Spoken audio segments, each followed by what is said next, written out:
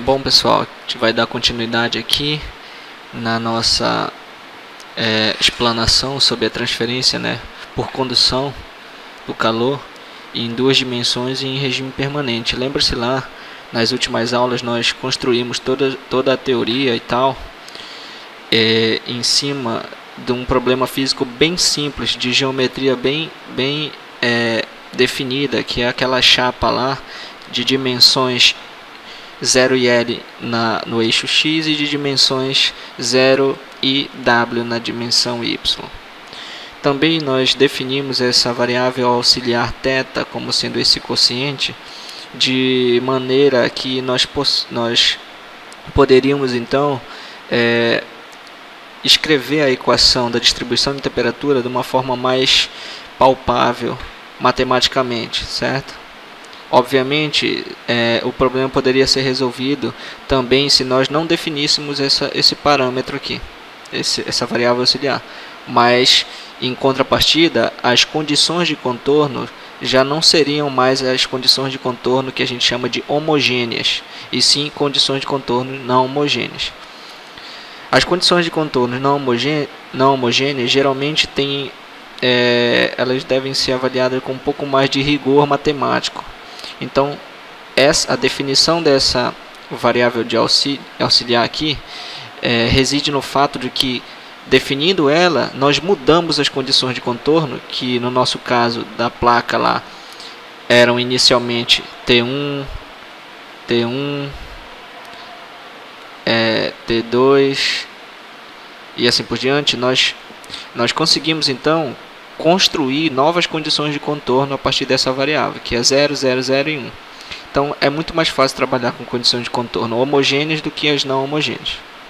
Bom, na última aula eu parei nessa forma geral aqui da equação da distribuição de temperatura, mas essa aula ficou para avaliar essas constantes de integração que surgiram no problema, tá certo? Obviamente, as constantes só podem ser avaliadas mediante a utilização das condições de contorno. Nesse vídeo nós vamos avaliar essas três constantes C1, C2 e C3. E se der também, nós vamos avaliar também a última constante. Caso não dê nesse vídeo, a gente faz um quarto vídeo aí, e o último também, que já está muito longa essa aula, para avaliar a última constante, porque é um pouquinho mais refinado do ponto de vista teórico. Vamos ter que usar outras ferramentas matemáticas. Mas vamos lá, vamos dar início aí à avaliação dessas constantes. Bom, a primeira coisa que a gente tem que fazer é usar a primeira condição de contorno. Isso aqui, você usa as condições não numa ordem definida, mas eu vou usar numa ordem que me seja mais conveniente aqui, correto? Bom, eu vou começar usando a condição de contorno na qual x é igual a 0 e y não varia, tá certo? Bom, essa condição é essa bem aqui, ó. E ela está dizendo para nós que θ avaliado nessas condições é 0. Bom, θ é 0 aqui, então isso aqui tem que ser igual a 0, correto? Bom, pessoal, agora olha só. Vocês concordam comigo que esse termo aqui, ele não pode ser 0, correto? Porque tem essa exponencial aqui. Lembre-se lá que isso aqui nunca pode ser verdade, tá certo? Isso aqui nunca é verdadeiro, tá? Isso aqui nunca é verdade. Nenhuma exponencial elevada a qualquer coisa pode ser 0. Nós definimos, na verdade, é isso aqui que não pode ser 0. Só um segundo. Você tem isso aqui, ó. E na 0 é definido como 1, tá certo? Então você não poderia, por exemplo, quando x é igual a 0, isso aqui daria 0, tá? Então esse termo aqui não pode ser igual a 0. Então o que sobra para a gente é o seguinte. Então, para essa equação ser satisfeita, isso aqui tem que acontecer. Esse termo tem que ser 0. Bom, como x é avaliado em 0, você tem que seno de 0, você já sabe lá, 0, certo? Cosseno de 0, você sabe que é 1. Então você já tira aqui que a primeira constante C1 é igual a 0. Correto? Bom, vamos lá, vamos prosseguir.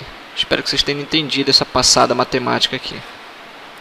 A próxima condição de contorno que eu vou usar vai ser, eu já usei essa, correto? Eu vou usar então essa condição de contorno aqui, ó. A condição de contorno θ em x e y igual a zero, valendo zero.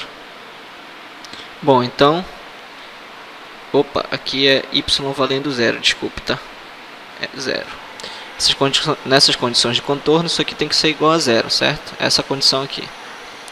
Bom, pessoal, isso aqui nós já sabemos que é zero, correto? Daqui dessa definição aqui que a gente conseguiu, certo? Bom, a exponencial elevado, qualquer exponencial elevado a zero, você sabe que é 1, correto? Então você tem isso aqui. Bom, se a gente rearrumar isso aqui, a gente vai ter o seguinte resultado. Bom, então a gente tem esse resultado aqui, certo? Agora perceba o seguinte, pessoal. Essa equação aqui, ela só é verdadeira se, somente se, o C3 for menos C4. Tá certo? C3 foi igual a menos C4. Por quê? Porque, olha só, C2 não pode ser zero. Porque a gente não avalia, a gente está avaliando esse x está livre aqui, correto? Aqui foi diferente, a gente encontrou isso explicitamente. Mas a gente não pode dizer, por exemplo, que C2 é zero para isso aqui, para essa equação satisfeita. Muito menos dizer que seno de gama x é igual a zero. Né? Não faz nenhum sentido definir dessa forma para satisfazer essa equação. Então, essa é a única forma de satisfazer essa equação. Única forma, vejam só, é se o C3 for igual a menos C4. É o único jeito, certo? C2 não podemos definir como zero, porque isso fica muito vago, correto? Matematicamente não é correto definir C2 como sendo zero. Tá legal? Espero que vocês tenham entendido essa conclusão. Então, C3, para isso aqui ser satisfeito, C3 tem que ser igual a menos C4. Então, você tem aqui menos C4 mais C4, zero, correto? Então, você já tem aqui que C3 é igual a menos C4, correto? Bom, então, nós já encontramos aqui o valor de uma outra constante, que foi a constante C3. Lembre-se que primeira condição de contorno, nós encontramos C1, correto? Segunda condição de contorno, aqui a gente encontrou C3. Agora vamos usar essa condição de contorno aqui, ó. A condição de contorno onde x é igual a L e y é mantido como variável aqui. Então isso aqui deve ser igual a zero, tá certo? Vamos usar agora essa condição de contorno. Bom, então tá aqui. Essa condição de contorno deve ser avaliada toda em θ igual a zero. Bom, mas nós já sabemos muita coisa aqui, certo? Por exemplo, que esse termo aqui é zero, correto? Nós sabemos também que o C3 vale menos C4. Tá certo? C4. Bom, então vamos colocar tudo isso aqui, certo? Então vamos lá. Vamos fazer isso aqui passo a passo para não ter confusão. Isso aqui deve ser igual a zero. Então, nós chegamos aqui na seguinte expressão. C2 vezes C4, seno de lambda L, multiplica essa diferença nessas exponenciais avaliadas em y. Mais uma vez, a gente deve atentar para a seguinte expressão da avaliação dessas constantes. Olha só, você de fato você já sabe que isso aqui não pode ser zero, correto? Então, olha só, pessoal, nós não podemos também definir o produto C2 C4 como sendo zero, pelo mesmo motivo que a gente viu aqui, certo? Porque são constantes, a gente não pode simplesmente arbitrar, quero que seja zero, porque não é assim, correto? Então, a única forma dessa equação aqui ser satisfeita, certo? Dito que eu já falei aqui que isso aqui não pode ser zero, por razões óbvias, até mesmo. Isso aqui também, por razões matemáticas, não pode ser zero. Então, a única forma disso aqui ser satisfeito, essa equação ser satisfeita, é que esse seno aqui, ó, esse seno de lambda L, certo? Esse seno de lambda L, ele seja zero, né? Concorda comigo? Isso aqui faz sentido, porque não está nada variando aqui. certo? Nesse caso aqui em cima estava aqui o seno de lambda x, tá? X incógnita. Aqui está o L, avaliado lá no limite da placa. Então, a gente pode sim definir agora, dizer que esse termo nessa equação tem que ser zero para ela ser satisfeita, já que isso aqui e isso não podem, correto? Bom, e a única forma disso aqui ser satisfeito, certo? Esse seno de lambda L ser igual a zero, é que esse lambda, certo? Esse lambda seja definido como já que ele é um argumento aqui do seno, ele tem que ser definido como n π, certo? Sobre L. Então, pessoal, definindo dessa forma o lambda como sendo esse argumento aqui, nπ sobre L, nós então podemos satisfazer essa igualdade aqui. Por quê? Porque, olha só, nesse caso, se o n, olha lá, só um segundinho, tá travando isso aqui. Se o n for 1, 2, 3, 4 e assim por diante, o que é que vai acontecer? Você vai ter aqui que o seno de nπ sobre L vezes L tem que ser igual a zero, correto? Então isso aqui vai acontecer, certo? Se esse n aqui for variar de 1 até sei lá, infinito, né? Para esse n inteiro, certo? Por quê? Porque esse L com esse L se cancelam. Você tem que o seno de nπ sempre vai ser igual a zero para esses valores aqui de n. Por exemplo, seno valendo π. Seno de π, quanto é que é, pessoal? Zero. Seno de 2π, zero. Seno de 3π, 0, 4π, 0, então, aí por diante. Então, de fato, definindo o lambda como sendo nπ sobre L, nós conseguimos, então, que esse argumento aqui, ó, da função seno, esse lambda L, seja zero, assim satisfazendo essa condição de contorno aqui. Tá certo? Espero que tenha ficado claro isso. É muito simples, pessoal. Então pronto, ó. Agora, olha só o que a gente já fez. Vamos resumir aqui.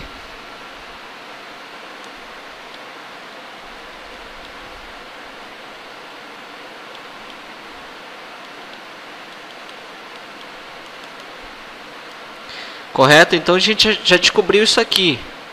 Que o C1 vale 0, o C3 é menos C4 e esse lambda é definido como sendo um nπ sobre L, para n um inteiro qualquer, excluindo o zero, porque o zero fornece para a gente uma solução incompatível com a física do problema. Tá certo? Muito bem. Agora olha o seguinte, pessoal. Para avaliar esse C4 aqui, certo? Para avaliar esse C4, consequentemente o C2, a única forma disso acontecer, correto? É a gente avaliar agora a quarta condição de contorno, que é para x variável e y igual a w, valendo 1, certo? Mas olha só, antes disso, olha só o que é que está acontecendo. Esse produto C2 vezes C4 vezes esse fator aqui, certo? Nós vamos agora chamar ele de uma nova constante C índice n. Por que C índice n? Porque esse produto aqui, essas duas constantes, na verdade são uma constante, concordam? Né? Se você tem lá uma constante A mais uma constante B, isso aqui só pode ser igual a outra constante, correto? Então, isso aqui nós vamos definir assim como uma nova constante, de tal forma que, para avaliar a última constante do problema, ou seja, o Cn, que na verdade é o produto de duas constantes, nós vamos usar a quarta condição de contorno aqui, ó, x e y igual a w valendo 1. Beleza? Então, como é que vai ficar aqui a expressão para avaliar essa última constante? Vai ficar o seguinte. Então, nós temos o seguinte resultado, que é a distribuição de temperatura agora vai ser um Cn seno de lambda L vezes o seno hiperbólico de lambda Y. Agora você deve estar se perguntando por que o surgimento desse seno hiperbólico aqui. Isso aqui é só uma substituição, correto? Porque nós temos aqui, ó, eu até modifiquei aqui porque eu tinha errado aqui, certo? Porque inverter os valores. Quanto é que é a exponencial na menos y? Menos qualquer coisa vezes y. Menos a exponencial na mais qualquer coisa vezes y. Bom, se vocês lembrarem do cálculo, isso nada mais é do que 2 vezes o seno hiperbólico de lambda y. Aí, esse 2 é uma constante, correto? Vezes C2 vezes C4 também é uma constante. Então, tudo é uma constante Cn, onde Cn... Nossa, isso está muito lento. Cn vai ser C2 vezes C4 vezes 2. Tá certo? Por isso que ele sumiu. Por isso que esse 2 sumiu aqui, foi para dentro desse Cn, correto?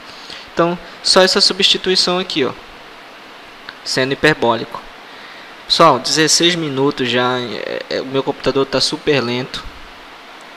E eu vou parar por aqui esse vídeo e eu vou avaliar esse Cn no próximo. Não tem jeito. Tá certo? Até lá então.